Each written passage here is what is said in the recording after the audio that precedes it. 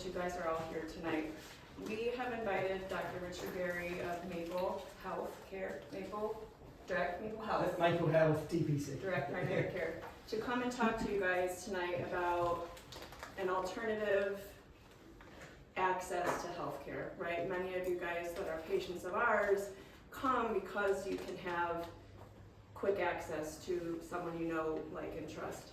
And the situation of healthcare, the environment of healthcare now is not just physical therapy, but primary care as well, and people having difficulty getting access to important and time-sensitive care. So without further ado, I'd like to introduce Dr. Richard Berry of Maple Health Direct Primary Care. Thank you. Hey everyone, thank you for coming along. So as just been said, I run Maple Health Direct Primary Care. We're in Menor, we're just down on Centre Street, so everyone knows where yours truly is. We're straight across the street from there in a plaza. So basically what we focus on is just having patient-centred care. Lots of kind of insurance places, Cleveland Clinic, UH, all those places always say they're patient-centred. But really they don't prove it. People can't get in, they can't see the same person, they have long waits, everything's charged. There's really nothing kind of personalised about it at all. So what we try to do is just increase our access, make sure we're more available, and just treat every single person as that individual. So just a little bit of background about me. I grew up in England, so I lived in London, so I was about 17. I joined British Marines when I was 17, did 6 years in the Marines. During that time I did 2 tours of the Sierra Leone Civil War. I was actually in Istanbul when September the 11th happened, so we got deployed straight to Afghanistan. Caught up the first year of that. Got back from Afghanistan for 6 weeks, and then Iraq kicked off, so got sent out there for a year. Once I was done with that, I knew I needed to leave, so I became a paramedic just outside of London in Kent. Did that for about 3 years and found it quite restrictive. With being a paramedic, what I found was, certainly back in England, it's a much better job out here. In England, you had a set thing that you could do, and no matter how much you learned, no matter how much you studied, progressed, you could never do anything more. So I went to med school. During med school, actually my first day of med school, I met my wife, who's actually from Painesville. So she grew up in Painesville, went to Lake Catholic, went to Kent State. She became a teacher, and when she went to get a job, there were no jobs in this area at all. So she went to England for 1 year. She promised her mum that she'd be back in 1 year. She met me on my first day of med school and her 3rd day in England, and she stayed for 8 years. So little bit of an extension. Once I was done with med school, came out here, I did my residency at Metro downtown, then came here as a family med doctor to Lake County Family Practice in the Pink Building in Menor. I was there when they got transitioned to UH. Lake was quite good. I quite liked the job. I don't think I would have even left there, because I think they did a good job for the people in the area. It was owned by local people, run for local people, and I think they did a very good job in what's a difficult situation. Then UH came in, and then within literally 2 days you could feel the change. Everything became about money. It was just drive the doctors into the ground, the nurses, the patients, everyone. So I had a little hissy fit and left and opened Maple Health DPC in September of 2022. I started in September of 2022, and my plan at that time was to start the clinic with around 40 patients and then grow by 10 patients per month. So at the end of the first year, I was hoping to hit around 160 patients, and I actually ended up at 400. So it took off really well. And Courtney's a physician's assistant who worked with me in my old office. I told her that I'd come back for her. 2 to 3 years, I'll be back. Literally 9 months, I had to call her. So she came across and joined me in October of 2023. I did actually offer for her to partner in the business from the very beginning, but she was actually expecting her first baby at the time, so she rejected me. Then we have Vanessa, so she's the nurse at Maple Health. Interesting how I met her. So actually her dad was my irrigation guy. And he joined the clinic because he was uninsured at the time, and she came along with him. She'd done a nursing assistant locally, She came along to help with some translation because her dad speaks very good English, but not medical English. And I met her a couple of times, we had a couple of chats, and she came and worked for me. And she does great, so she runs all of the phone lines, all the bookings, she does all of our phlebotomy. She's fluent in Spanish, which is really useful for some of our patients, and she does a great job. Okay, so as we were saying before, our approach is different because we genuinely are patient-centred. Everything's about increasing the quality of what we do and increasing the access of what we do. We make sure we answer our own phones, we make sure we return messages, we're available via email, we're available via text. So we just increase that amount of contact because all of our patients, even when they call us, even if they don't get to speak to someone immediately, any other office, they get bounced phone to phone to phone to phone until someone picks up 30 minutes later. For us, people leave a message, and even if they leave a message, they know someone's getting back to them within an hour. They don't have to hang on to make sure they get through to a person, although they do 90% of the time. Okay, so just a little bit more about traditional care and the problem. So when we think about fragmented care, what it is people can't get the care they need in one place. People wait for a long time to get into their doctor.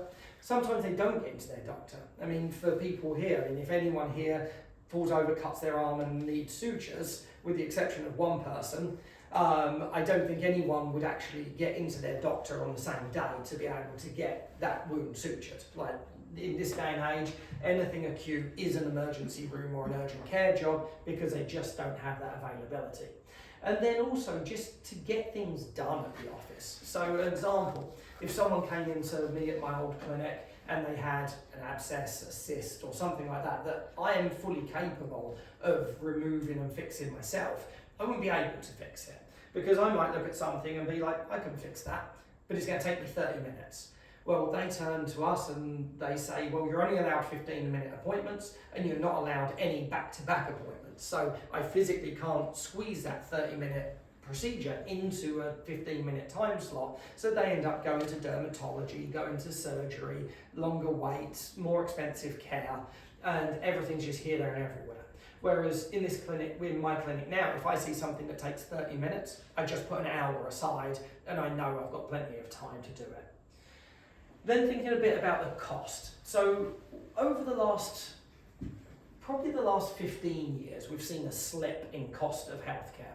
We're seeing the cost of premiums go up. We're seeing the cost of deductibles going up. And then we're also seeing the cost of out-of-pockets going up. At the same time that we're also seeing medical record bonuses for people who run healthcare insurance companies. And I'll have to check the numbers to be 100% sure.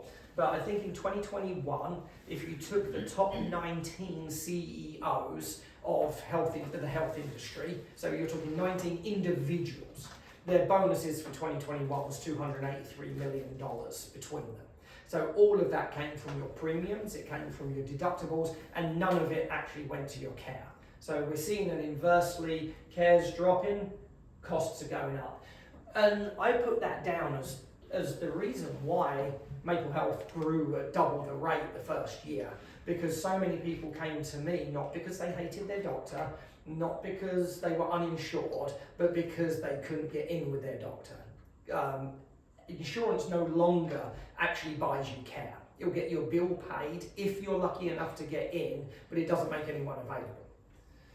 And then obviously with the insurance expenses, you just don't know what's coming. So when you walk into an emergency room, is it covered? Is it not covered? Is it covered at all? Is it not covered? What are they charging? I mean, I see people come in to see me after they've been to hospital, and they'll have a $600 bill for running an EKG. I mean, an EKG costs me about 30 cents to do, and we don't charge for them. Like, everyone who comes in, welcome visit, they have an EKG. Hospitals are charging $600 for that. We see people coming in with lab expenses running into the thousands.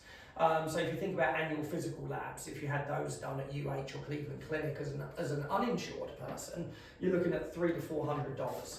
If you're insured, then it all depends how good your insurance is, like whether you have a copay, whether things are covered or not covered. Whereas that full set of annual physical labs, what run in the hundreds, I mean, we're doing them, Vanessa's doing them on site with us for $17.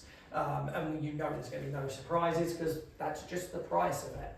And realistically, that is the true price of it. When you go and get all of this stuff done at UH and Cleveland Clinic, if you look at what a blood count costs, what a CMP costs, what a cholesterol panel costs, it is a couple of dollars.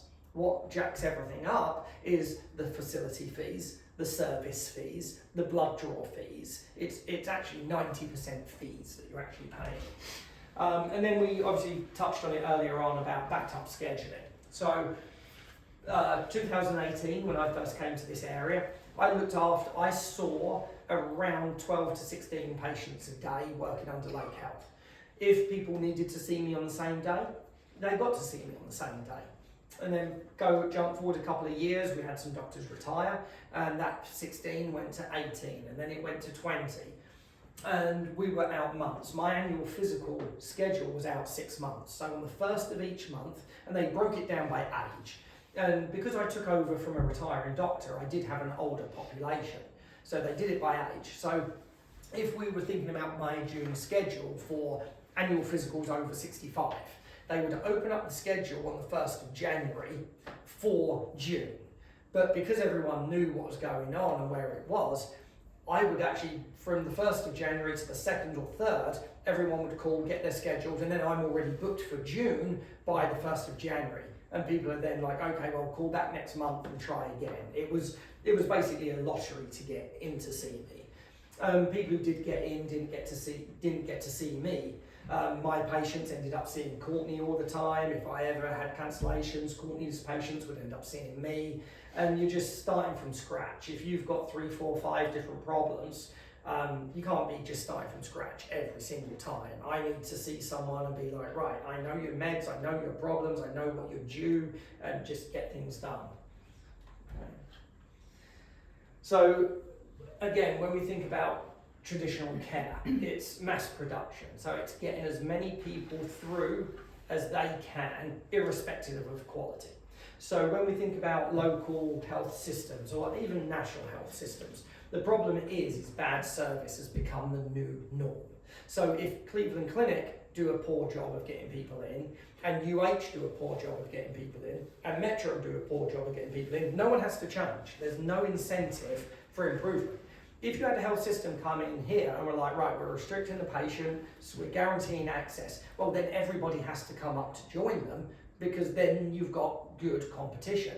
There is no competition in this area, because if you ask to see someone at UH, you're going to get the same message as Cleveland Clinic and the same issues as Metro. And as much as I never want to be negative about Metro, I haven't done my residency there, it's just a function of today's healthcare, unfortunately. So doctors at other places see as many people as possible. My exact number when I left UH was 2,104. And that's how many patients I looked after. So if you think about how many times a person sees their doctor on average, so extrapolate that over the year, you're looking that I needed to see 24 patients a day, every single day, to be able to even try to be able to do a half decent job, which is just completely impossible. I actually know doctors in this area that are actually closer to 3,000. And I know UH specifically have just removed all of their restrictions. So when I was back at UH, we did actually have a maximum. So it's a 2,200 maximum. It was still high, don't get me wrong, but now they've removed everything. So if you've got a doctor at UH who sees 2,600 and you call and say, no, I specifically want that doctor, they will just keep loading and loading and loading, and the system gets worse. Part of that is because of this area. So what happened in this area was around 35 years ago, we had a huge influx. UH popped up, Cleveland Clinic got very big, so we became quite a health centre. And we had lots of doctors coming in, opening their clinics. So if you think about Lake County Family Practice, Dr. Komar set that up 35 years ago with Dr. Taylor, Dr. McNaughton, and all of the others there. And they did a fantastic job for a very long time. The problem being was they all came to the area when they were all 30 and then they all retired at the same time. So when I joined that clinic, there'd been no movement within that clinic for about 12 years. And then I turned up and Dr. Wilson retired, then Dr. Komar retired, then Dr. Kusera retired, then Dr. Taylor retired. So they've actually lost half of their people, and that's just been an across the board thing. And because there's not enough family medicine doctors being trained, it's not a case of, okay, well, where do we recruit from? Because the doctors don't exist. There are no options. And then think about the average appointment time, obviously 10 to 15 minutes. That's a misnomer, because when they say 10 to 15 minute appointment time, that's not 10 to 15 minutes of me with you chatting and catching up. That's 10 to 15 minutes for you to get in a room, get your vitals taken, me to come in, me do everything that I want to do, me leave with enough time to finish my note so that I can be in with the next patient at 15 minutes. So it actually works out as about 7 minutes of face-to-face time. And that's for an annual physical. That's when we're trying to cover everything, mammograms, colonoscopies, like you name it, we've got to cover everything in that 7 minutes, or allow that time to be taken out from like family time, doing our notes at night and everything like that, which just becomes, it's just not attainable. And then again, limited communication. Phone to phone to phone. If you called me at my a different office, you'd have to wait however long on the line to then leave a message to be sent to me.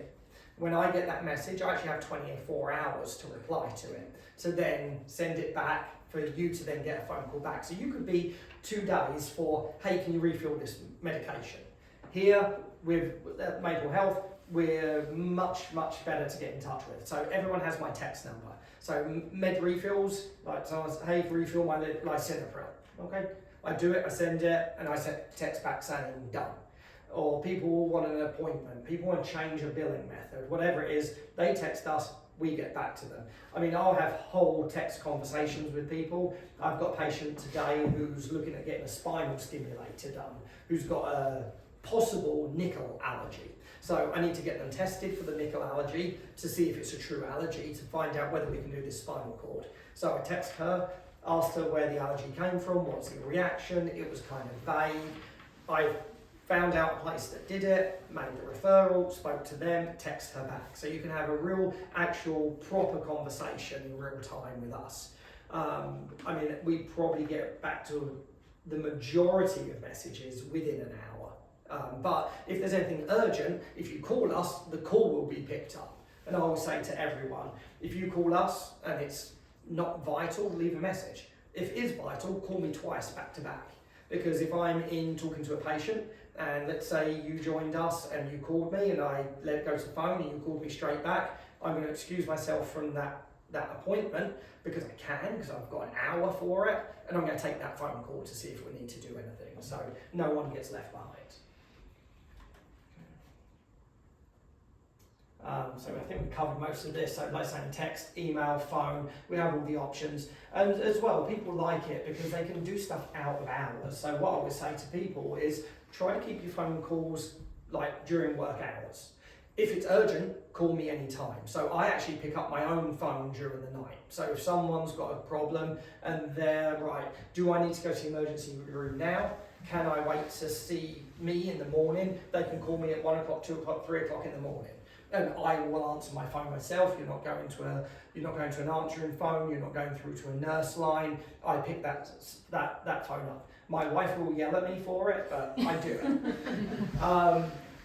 But then having the text and the email, because if someone, I always say to people, like something comes up at night, just text me. If something pops into your mind, you're like, oh, I need to find out when my next tetanus shot is. Oh my God, I need to remember to ask for a med refill. You can text me at 2 o'clock in the morning. That doesn't disturb me at all. So you have that ease of just being, okay, let's just drop that quick text so that something's done, no matter what the time is.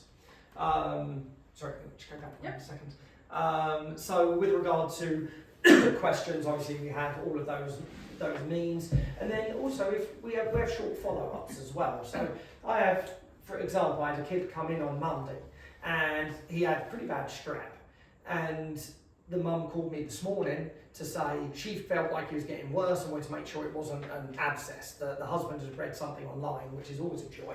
And he was convinced that his son had a tonsillar abscess. So it's like, okay, so it's just like, stop by, I'll take a quick look. It wasn't an abscess, it was still just strep that just needed a bit more of the antibiotic, a bit more time, but just to have those quick follow-ups. Like they sent a picture, I didn't like the look of the picture, they brought him in, I took a look, they went up. So they had 2 appointments in the same week, no additional charges, and just, I think they waited about 40 minutes to get in. With regard to HIPAA, that's obviously the security of healthcare information. So all of our communication, or our text, sorry, is HIPAA compliant. So when you text us, it's not like you're texting my phone. So if, let's say someone woke up one day with a rash and I asked some questions and I said, hey, send me a picture of it. Obviously, people don't want pictures of their rashes going to phones here, there and everywhere over the internet. So when you actually text me on my patient-only number, you're actually texting your own medical records. So when I go into those medical records to look at that picture to make a medical decision, I'm behind all of that security. That picture never exists on my phone, it doesn't exist on my computer, purely in your medical records. The only problem with that is when people get confused between my number and the patient-only number, because I've had some very questionable memes sent to me by patients, and one of them particularly, I'm not going to tell you what it was because it was actually quite gross, but hilarious. Well, they text me from the patient-only number. Well, that is now a permanent feature of their medical records. And if their records ever go to court for anything, I can do nothing to remove. And it's like, I didn't send it, that's their problem. So covered quite a bit of this already. So obviously, like personalised care. Obviously, we know our people. The point of being able to do that 1 hour welcome visit. We go through absolutely everything. We have the time to talk about things. We have the time to discuss things, weigh up risks and benefits. Anyone has any, at most places, it's like, oh, your cholesterol's high, you need a statin. Okay, that's probably true. But that's not good enough for people that really want to take care of their own health. So everything that we do is about weighing up risks and benefits. So if I'm going to prescribe or suggest a statin or a blood pressure medication, we're going to look at what the problem is. We're going to talk about what we can do non-medication, if possible, to address that problem. We're going to make sure we're going to investigate family history. We're going to talk about the different meds. We're going to talk about why am I choosing this medication. So I don't just tell my patients for blood pressure, you're taking losartan. I tell them, I'd like you to have losartan because of this, and this is the benefit compared to that. So we have that time to really make sure that people are heard. And that makes our life easy, because if people understand what's being done, it decreases questions, it increases the confidence in what they're doing, and the adherence to anything that we do is remarkably higher than anything that I've done before, because people are leaving with the full story. And then obviously if there's any concerns about it, we get to have that conversation and just make sure my job, I always say like my job is not to tell people what to do. My job is to make sure that they make the decision, the right decisions for them, knowing they've got the correct information. Because we all know in this day and age, there is so much false information out there. We just need to make sure we kind of get through that and make sure we're dealing with fact. And then obviously the convenient access, the 24/7 access within reason. I always say to people, don't call me at 2 o'clock in the morning to find out when the tetanus shot is due. So again, a little bit covered in the past, but when we think about having this access, what it does is it has a flow-on effect to all of your healthcare, because my patients don't go to the emergency rooms for cuts anymore. They need a couple of sutures in a head wound, they need a couple of sutures in a hand wound, they come to see us. Don't get me wrong, there's always a limit. I had one guy actually, him and his son. So on the Wednesday, his wife told him not to buy his son a knife, but he did, and the kid cut his thumb in it, so I stitched the thumb up. Well, the next day, the husband texts me again, and his face is completely smashed in. He had actually he repairs truck tires, and he hit a truck tire with a sledgehammer, and the handle broke and it hit him in the head. So hard, it knocked out 3 teeth, and he had a hole through his face that he could put through, and he's like, can I come in and get stitched up? And it's like, no, you can't. Like he needed a plastic surgeon. So obviously we have primary care limits. You don't want me stitching up stuff like that. But most of those little things like the x-rays, the sutures, we get people in, and that reduces those emergency room visits. Even things like strep with kids. I mean, most people now with young kids, urgent care is the only place you can get in. There's actually a couple of paediatric clinics in this area now that don't even see sick kids. So you can have your doctor, they'll do your well care, your chronic care, everything like that. But if you're sick, they don't even take them. Go to urgent care, and you're just seeing that more and more. So again, shorter wait time, same again with that kid with strep this morning. They were in within 45 minutes. I actually find that I spend more time waiting for patients now than patients spend waiting for me. Because if someone calls me at 9 and says there's a problem, I'll be like, fine, okay, come on, 11 o'clock, come in. Oh, I don't finish work till 1 o'clock. Okay, I'll see you at 1 o'clock. So I'm actually, like I say, I'm hanging around more than patients are, which is actually a really good feeling. And then with other things that we try and keep the cost down with, we actually have our own on-site pharmacy as well. So we have a pharmacy, and I stock everything that we may need on an urgent, like there and then basis. So we have a whole array of antibiotics, steroids, muscle relaxers, GI stuff, the common blood pressure medications, the common diabetic medications, injectables for like poison ivy, joint injections, things like that. So when people see us, let's say someone came to see me for a sinus infection, I'm not sending a prescription to CVS for them to either not get, miss, get delayed, for you to then not pick it up. We actually dispense straight out of our office. So the average cost of an antibiotic through us, a whole course, I think our most expensive antibiotic is $4.20 for a 7-day course. If you take Bactrim or doxycycline, last time I checked, we were still under $1 for the course. And when it comes to medications, we don't do it to make money, we do it to be better. So when I give someone a medication for $3, I'm doing it because it costs me $3. So we're not doing the huge markups. So one interesting thing with pharmacy, and we've got to think about the scam of health insurance and pharmacy. Let's say we've got a patient, okay? Let's say it's me. I'm diabetic and I take metformin. You're a pharmacist, so I'm going to make you evil, I'm sorry.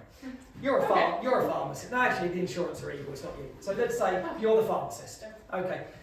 With the pharmacy, you could have a pharmacist that would be, okay, that prescription of metformin, we can sell it cash price for $6. Okay?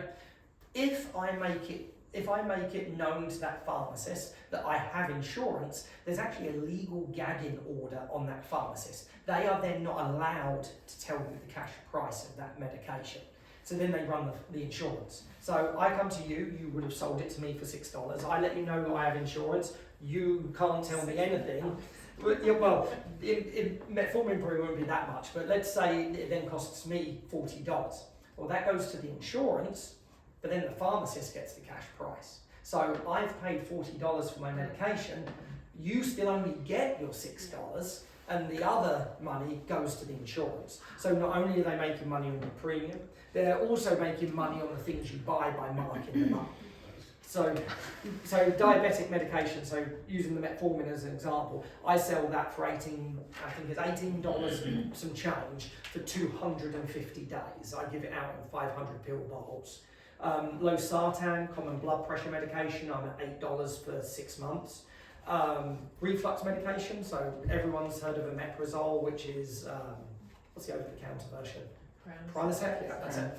So Prilosec, I think if you buy that over the counter, I think you're at about $30 a month if you took it every day. I do 100 days for $4 because we get the generic, we do it in bulk. I buy all of this stuff thousands at a time, and because I do it at no markup. Like I was saying, we're at $4 for 100 of the Prilosec. So we actually have quite a lot of people who come for us just for their reflux, because me dealing with their reflux, I'm saving them $30 a month just on that medication, and they're like, yeah, well, the other $30 that pays for my care. So works out pretty well. Can I ask you something? Yeah, of course. Yeah, everyone, feel free to interrupt any time. So with all this, okay, so I'm diabetic and Ozempic. Yep. Do you have that medication? So Ozempic's an interesting one. So Or Mounjaro. we do the compounded Ozempic. So if you buy Ozempic without insurance, you're looking at about $1,200 to $1,500 a month.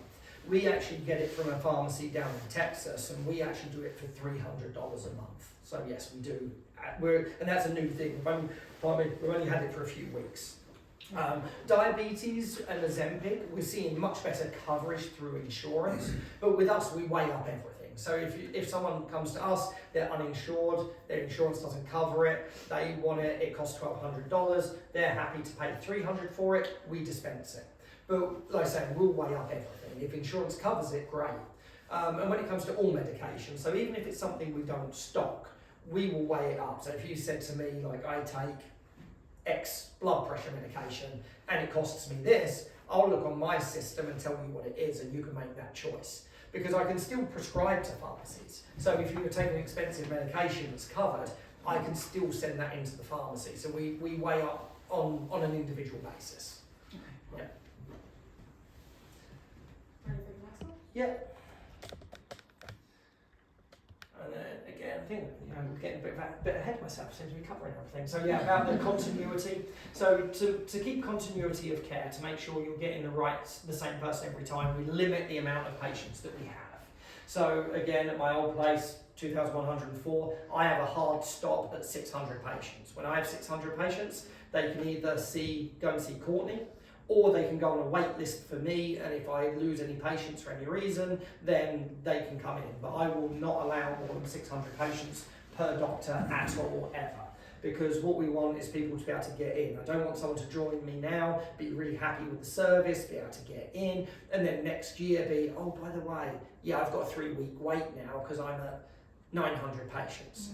So the only time you would ever be required to see somebody else is if you called after noon and needed to be seen on the same day. I mean, before noon, we can almost certainly guarantee. If someone called me at 2 o'clock and they're like, oh, I really want to get in today, but I am full, they might see Courtney. Also as well, I work 4 days a week and Courtney works 4 days a week. So if one of Courtney's patients has an acute problem on a Monday, I deal with it. If one of my patients has an acute problem on a Wednesday, she deals with it. But you're only going to be jump between those two people on those two circumstances. So if you phoned for an appointment for a follow-up or an issue, Vanessa will see who you see. They're not going to say to you, oh, Dr. Berry's available on this day and Courtney's available tomorrow. If you're my patient, you see me, you'll get my next available. We don't jump people around. And then obviously just with the range of services, we're just trying to kind of expand them as we go. So that was another thing with regard to bringing Courtney in. So although I do everything primary care related, so I do things like long-term birth control implants, I do things like PAPs for women's health. Obviously some people just don't want a guy doing that. So by bringing Courtney in, we allow options. So I have quite a few women who see me for all of their care, but they don't want a guy doing their PAP. So they go and have their PAP with Courtney, and then I continue dealing with everything else. And that goes both ways as well. She's got some male patients who are like, don't want to speak to a woman about this problem. They'll have a one visit with me. So we have lots of options, and having the two of us here just means we can do more, because I do things that she doesn't do, and she does stuff that I don't do. Okay. So again, same day access. So in the time that I've had the clinic open, I have not been in the position once where I haven't been able to give same day access when it's necessary. If someone's phoned up with a true acute, I've never had to push someone for the next day. Don't get me wrong, some people might call for an appointment and we may not give it the same day, but it all depends on the situation. So if someone calls me and they're like, right, I'm short of breath and I've got a cough and a fever, they're getting in the same day no matter what. If someone calls me and they say, hey, my ankle hurts, it's been hurting for 3 weeks, it's not getting better, we may see them the next day. But no one has any kind of inappropriate wait times. Again, communication, just that phone, text and email. Another thing we actually offer is, so we see right down to birth. So one thing we offer is free home visits for newborns. So any women under our care who have a baby, Those first 3 visits we're going to do at no additional charge as home visits. So when that baby's 48 hours old, obviously it's a disaster zone and it's a nightmare of a time. Last thing you want to do is get everything together, get a crying baby into a car, take it to a doctor's, be ready for an appointment, run half an hour late, baby needs feeding at the time the doctor needs to come in, the doctor's got 7 minutes, it's a disaster. So we actually offer home visits at no additional charge for those first 3 visits. And then PrEP therapy, so PrEP therapy is HIV prevention. So when we've got people at high risk of contracting HIV, our medications for HIV have come a very, very long way. So when we think about 20 years ago, HIV was a death sentence. You had 10 years, that was about your life. If you had a 21-year-old today who was infected with HIV and they took their medications, you're actually now expecting their life expectancy to be down by about 4 years compared to average, which is absolutely crazy when we think smoking decreases your life expectancy by 12 to 14 years if you started smoking at that same time. So PrEP therapy is a combination of 2 medications, and it basically decreases the chance of contracting HIV by about 97%, so it's very effective. There's no private cash pay place that offers this service in this area. And because we use our own pharmacy, we can get those meds remarkably cheap. People are paying hundreds and hundreds for that. We're getting it in at $27 a month, so it makes it very much more effective. And then obviously having Vanessa there, we have the permanent Spanish. Okay, so we mentioned it briefly earlier on about the blood tests. So we do every single blood test pretty much that you can think of, from annual physicals to anything specialty. And across direct primary care, so direct primary care is a philosophy. It's not owned by anyone, it's not a franchise, it's a philosophy. But every single direct primary care clinic in the country has got together, and we've approached LabCorp and we've gone on as a group billing. So we all get the same prices because we're all treated as one group. So when you think about those $300, $400, $500 lab tests, when we think about blood tests, so blood count, you're just making sure someone's not got anemia, something like that. We're paying $1.80 for that.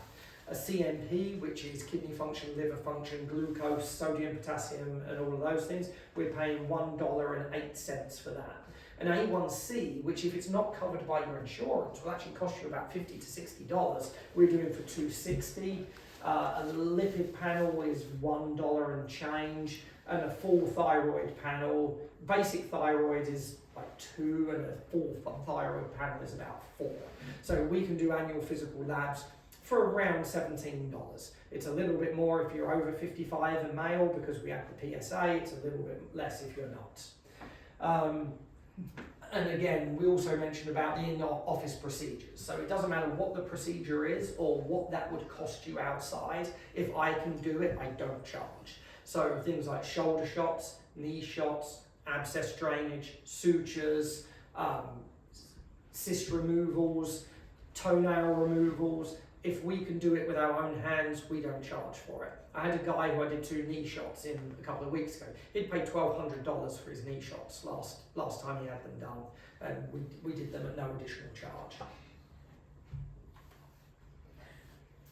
So we mentioned again about the low clinician ratio, so keeping it at 600 patients. Just for me, that's what's going to guarantee the care. What's going to allow me to reply to your emails? What's going to allow me to reply to your text? What's going to allow me to make the phone call when I need it? What's going to allow me to get you in on the day you need it? It's 600 patients. Anything more than that, I think we would be scrimping on quality. And if I was, let's say in the future, I got in a position where I was like, oh, I've got to go to 700 patients because of the business, well, I can't just do that. I would have to add the hours to do it. So let's say I did have to do that temporarily, I'd be opening on a Saturday to make up for that. But my thing's going to be hard. If you're a 40-hour person, no more than 600 patients. Again, see the same clinician every visit unless you choose to see somebody else. And again, waiting rooms, me and Courtney stagger our schedule. So I see patients on the hour, she sees patients on the half an hour. So when someone comes in to see me, they're dealt with, they're through, they're in my room before Courtney's patients come in. So we never ever have multiple groups of people in the waiting room at the same time. So with what we cover, basically anything that we can do, anything that you could expect from any primary care doctor at all, we can do it. There's nothing that we're restricted about. So whether it's an injury, whether it's an acute illness, whether it's your chronic care, infections, headaches, like I say, if it's anything that comes within the realm of primary care, we're going to be able to do it for you. So again, this is just a common thing of what we do. So obviously, my particular thing is I do a lot of women's health, and I do a hell of a lot of diabetic care as well. So for me, I think in the last 5 years, and this was having trained in Metro where we see some disasters, I think I've only ever referred one person to endocrinology in the 5 years that I've been working in this area. And now we even have the time to do things. So for instance, diabetic care, all of my patients have the Libra system, which is the 24-hour glucose monitor, and all of my patients have to submit to that Libra thing. So, sorry. How much do you charge for that? The Libra's actually done, that's through the pharmacy, so there's not much cash pay options for that. There isn't. No, there's not, but again, it's actually getting more and more covered. So as you see, so Libra's now on its 3rd model. The second model was fantastic. I have it. Oh, you do? I have a 3rd model. Okay, so yeah. And if it's covered by your insurance. Yes. Like everything can be done cash pay, but there's certain things which just don't work as well. So certain drug groups, so inhalers for instance, we just can't get the price down to what the pharmacies and the insurance can. I mean, obviously we can do better if someone is uninsured, but those things are still pretty priced out. I paid $224 for 3 months, and insurance covers 180 of it. Okay. But I do have one other question. I'm sorry. Okay. So what if you have someone and the urine comes back with a 4+ positive protein and I'll call it blood? What do you do for that? Well, it depends on the situation. So say they actually lady a nephrologist. So do you refer out or what do you do? Yeah. So I mean, family medicine has a limit on every single thing. We know a lot. We know a little bit about a lot of things. So when you're saying about the nephrologist, but what we try and do is keep everything in-house. So for instance, if I see protein, well, it's a patient diabetic, was that protein there 6 months ago? Is it new? Are they symptomatic? What's their kidney function? Because are they spilling protein because of the diabetes, but their kidney function's perfect? Or are they spilling protein and their kidney function's down?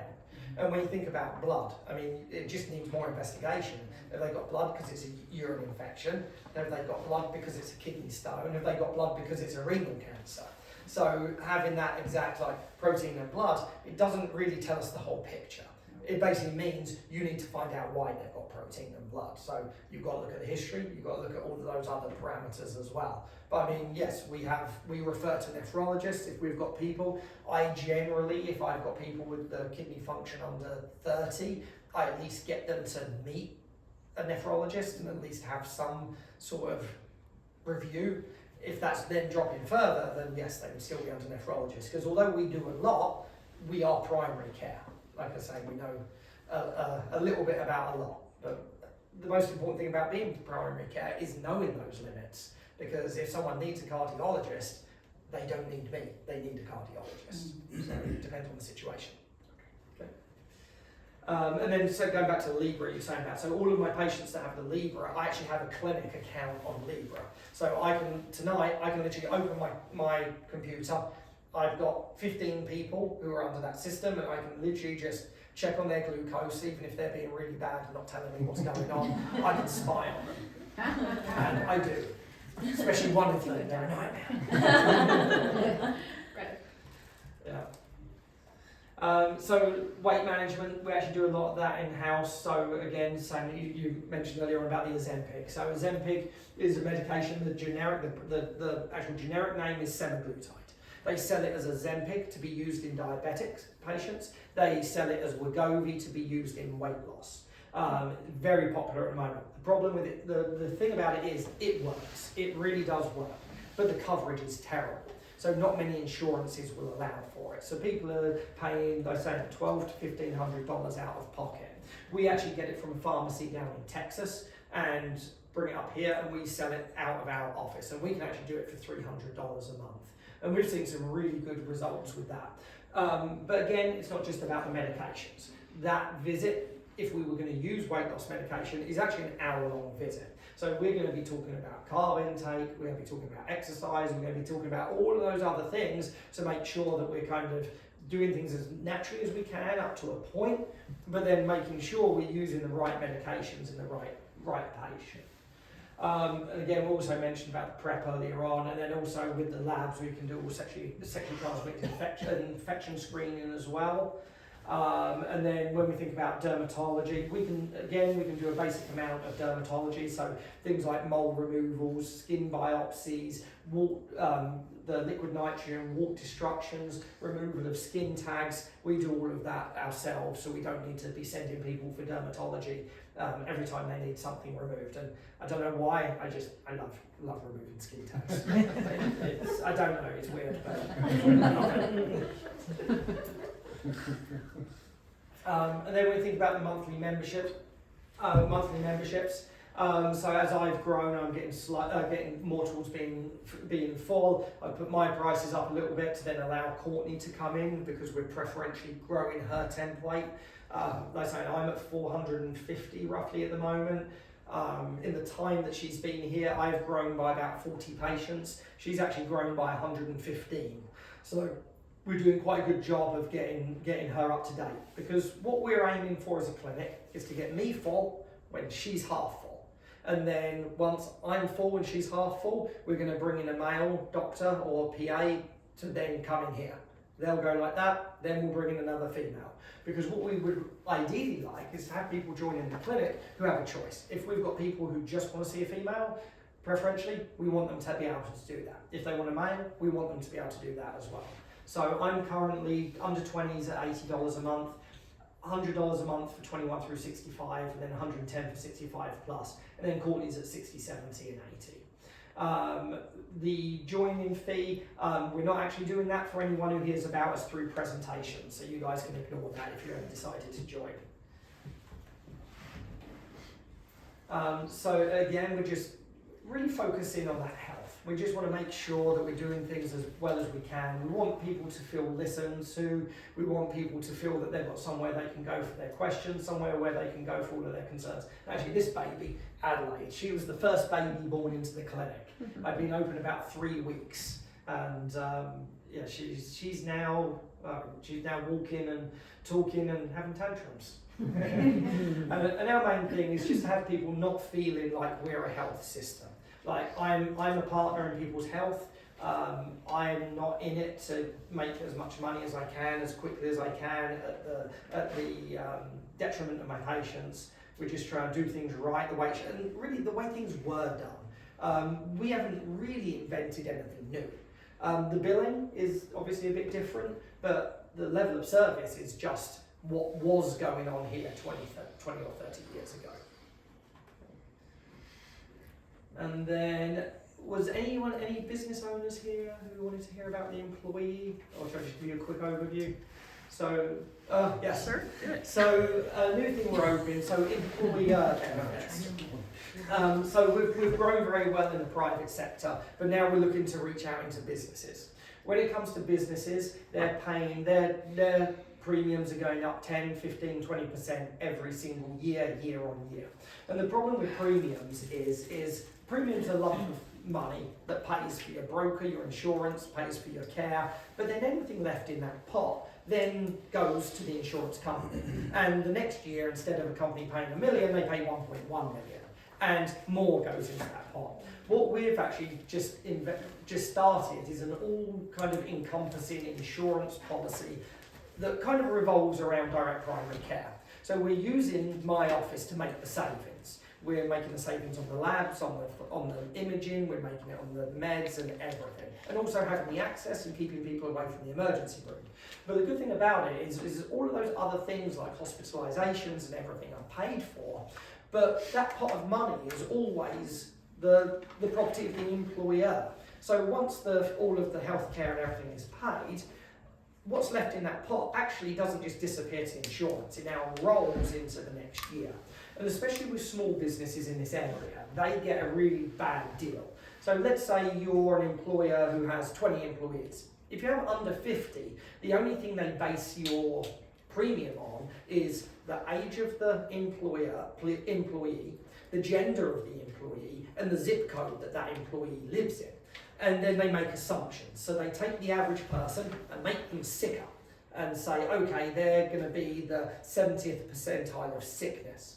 When in reality, businesses run on people who are capable of working and people who are generally younger. So if you actually took that real risk of that 50th percentile, they're probably at 30. So they've taken all these people which are actually healthy and assume that they're sick and then charge them that rate. So that's what drives the premiums up. Whereas with us, we actually take health information on every single person.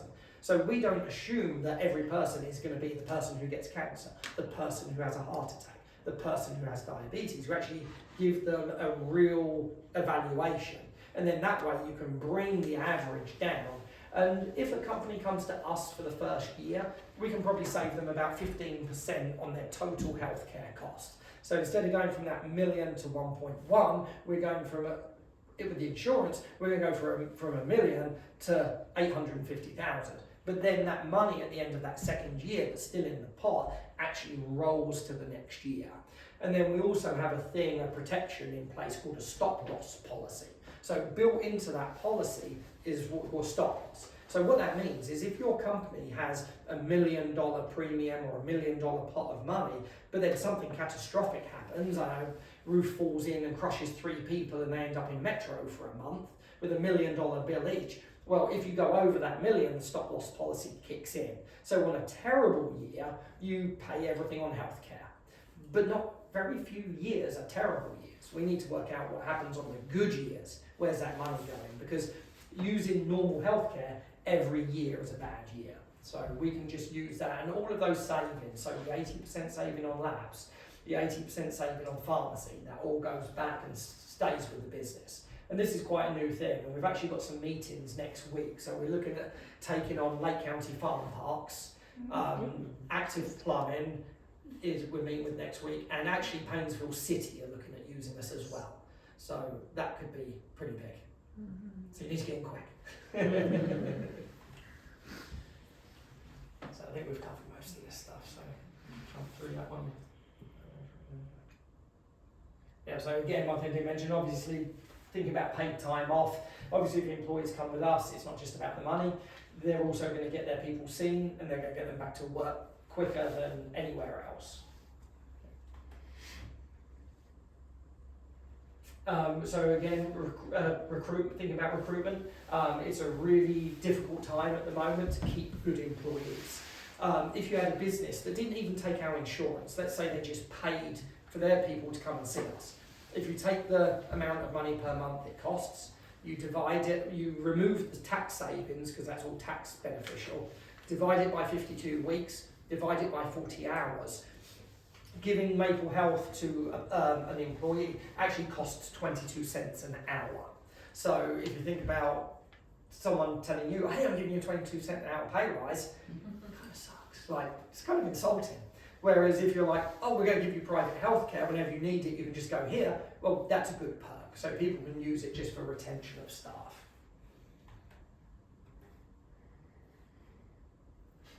Same sort of thing. And also as well for corporate stuff, we're actually going to be offering on-site time as well. So if we've got a business for every 60 patients that they bring to us, we're going to give them 1 day a month on site. So we can actually go there for the day because everything we do is mobile. We're not stuck with heavy equipment or anything like that. So if we've got a 60 employee group, we're going to give them 1 day a month. They can split it, they can have a day, they can have 2 half days, where we're actually going to be on site. We're doing on-site blood pressure follow-ups, diabetes, and they'll get an extra day a month for every 60 patients they give us. So 120, they'll get 2, right up to the point, if they give us 600, we'll pretty much live there. Or someone will live there. And again, about the insurance, it's just about that wraparound program of trying to cut the people taking money. And the same is with the health systems as well. It's like, why does it cost so much to see a primary care doctor in UH? It's because you have, at the end of the day, you've got a pot of money. When you come into UH, you've got to give some money to the building, you've got to give some money to the receptionist, you've got to give some money to the you've got to give money to the nurse that rooms you, some money to the doctor that sees you, then you've got to give some money to the doctor's to the manager, to the office manager, to the back staff, to the call room. Then you go up to HR and quality assessment and all of that. Suddenly your pot of money is being divided 23 times. Whereas with us, yeah, the building does need to be paid for. My nurse does need to be paid for. I do need to be paid for, but we're done. That's it. We've cut all of the overhead. And that's where kind of we're able to reduce those costs and do things. And the health systems will never be able to produce what we do because it'll cost them too much. Because they won't just be, okay, right, you as a doctor, go and do it. They're going to be, you as a doctor, go and do it, but these are going to manage you. These are going to do your assessments. All of the Medicare rules and regulations they're under. No system will ever be able to reproduce DPC. Certainly not at the price that we do. Okay, if I keep going. Business plans. So with the business plans, we basically do an across the board 80 per month. Main reason being is when you do it as a business, you're getting all of the tax savings. And when it comes to like individualizing everything, it just turns into a bit of a disaster. So if we're like, oh, $110 for this patient because they see rich and they're over 65, but 60 for this patient because they're under 20 and they see Courtney, we just averaged it across for the 80. And it just makes the bookkeeping possible. If we didn't do that, we'd probably actually have to increase it even more. Okay, so yeah, everything's about, like I say, cost and quality. Okay, I think that's pretty much everything. I'll skip through the next one, so I think this is all just, oh, there we are. So happy to answer any questions. Okay, so if you're not working and you're just on healthcare.gov. Yep. Would you pick a different plan then, so your premium's less? Yes, yeah, so what I always suggest to people is if they're relatively healthy, i.e. they're not seeing 3 different specialists, and they're going to use me for everything, high deductible plan with a HSA, so health savings account. What that means is high deductible plan means that your premiums go lower, probably enough to more than pay for us. But then with the high premium, you get a HSA card, which means you can pay for everything that we do here pre-tax. And then on those, I mean, obviously if someone has a bad year, you like an appendix or something like that, then you've got that high deductible plan in the background, which is that basically it's protection. I mean, and it's a sad fact of life. We're not doing things for good care when it comes to insurance. We're protecting you from being bankrupt as a result of healthcare. Someone has an expensive cancer, someone has a heart bypass. You've got that coverage. I mean, if you've got a high deductible plan at 10 grand, heart bypass is a bargain at 10 grand, but you're not going to be like without. And then if someone's on Medicare, yeah, how would you change? It doesn't make any difference for us. We're actually Medicare opted out. So as far as Medicare are concerned, I don't even exist. Because you can't be a doctor that charges for any service that Medicare offers if you're what they call opted in. So I'm opted out, so it doesn't make any difference. We have a lot of Medicare patients here, even though for them it is a little bit of an increased cost, because again, like I said earlier on, like health insurance doesn't buy you care anymore. All of my patients want to come and see me because they're going to get in when they need their diabetes done, when they have whatever going on. I mean, because I get so much acute stuff in, it's just worth it to them. Okay, thank you. No problem. Any other questions? No, exhausted it. Thank you for listening. Is there any other direct primary care doctors locally? There's one in Beechwood. Emerald Megamione runs that. There's one just about to open it up in Solon, and there's one in Warren, there's one in Rocky River. There's a few paediatric direct primary cares in and around Cleveland, and there's even now on the west side a direct psychiatry and a direct dermatologist.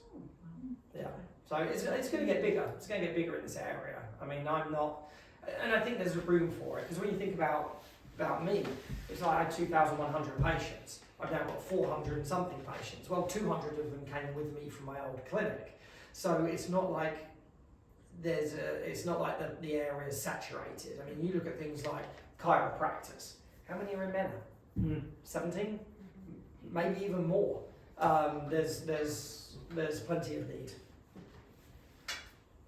Although I hope no one sets up another one. Okay. Perfect. Thank you very much. Thank you. Thanks, Mike.